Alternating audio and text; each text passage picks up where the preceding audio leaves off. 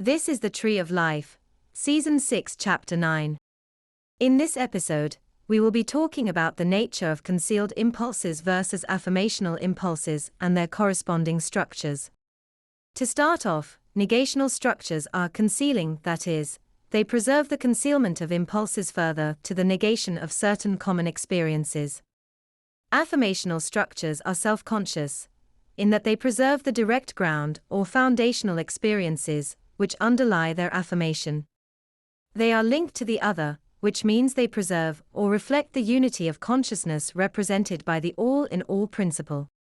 But in the past, we have referred to concealed impulses as non-self-conscious, when in fact, they have a residue of self-consciousness, which I will describe here.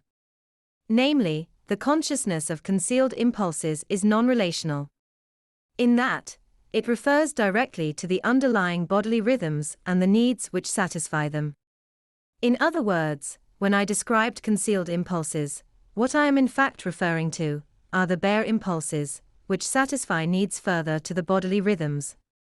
They are non-self-conscious in the sense that they are completely self-referential. They can be relational, but are never truly so.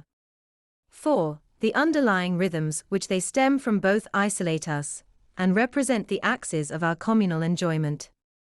In that, although we can always sympathize with another's needs going met or unmet, we can never truly experience those impulses except relationally. The pain of those needs is irrevocably individual. Now, to return to the complete series, the bodily rhythms were categorized as cycles. Through these cycles, and through their satisfaction, we achieve some relational self-consciousness, only according to the waste of them. In that, to the degree we achieve the satisfaction of a need when it is gratuitous, that need becomes self-conscious. In other words, the relational component of our self-conscious impulses is secondary to them being satisfied when they need not be. In fact, this shows both that the state of archetypal consensuality and the nature of self-conscious impulses are secondary to the spatial non-consensual state and their concealment, which is primary.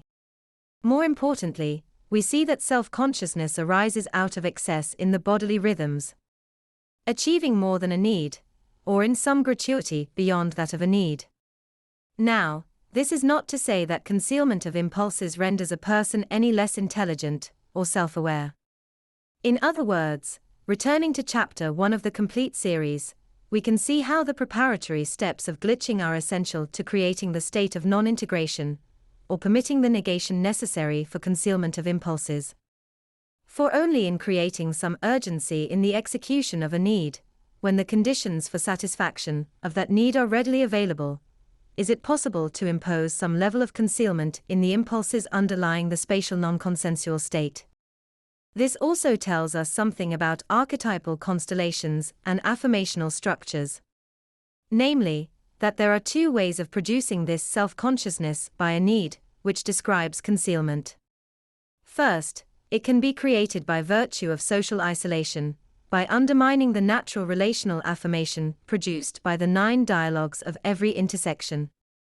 Second, it can be created by artificially amplifying the need, through abstention or discipline with respect to execution of that need.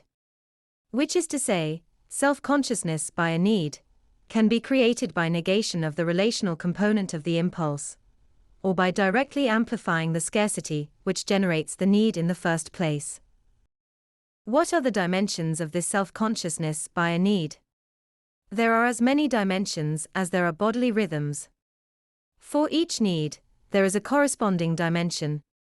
But more precisely, self-consciousness by a need is broader than merely the bodily needs themselves. For in this self-consciousness by a need, there is strain, and in this strain there is self-consciousness of the body itself. Thus, we can see that concealment of impulses, the spatial non-consensual state is created by, or generates, awareness of the body's physicality, as well as its limits. From this, we can see the following. Concealed impulses reflect a mapping of our external, spatial world, using our body as an instrument. Self-conscious impulses reflect a mapping of our community, a gauging of their reaction to our own internal emotional states. Self-conscious impulses represent the inflow of the awareness of the other, whilst concealed impulses reflect an outflow of that awareness into the physical world. Now, interestingly, negational structures generate the spatial non-consensual state. Whether it is a priori negation, or post-priori negation of the common experiences, or direct ground, which is foundational to affirmation.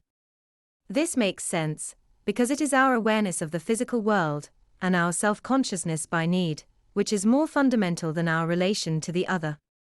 In other words, spatial non-consensuality is a kind of proto-state, and primordial, earlier state of social identity arising out of the sensitivity of the body to its environment, and the needs which require satisfaction. That's the end of the podcast for today.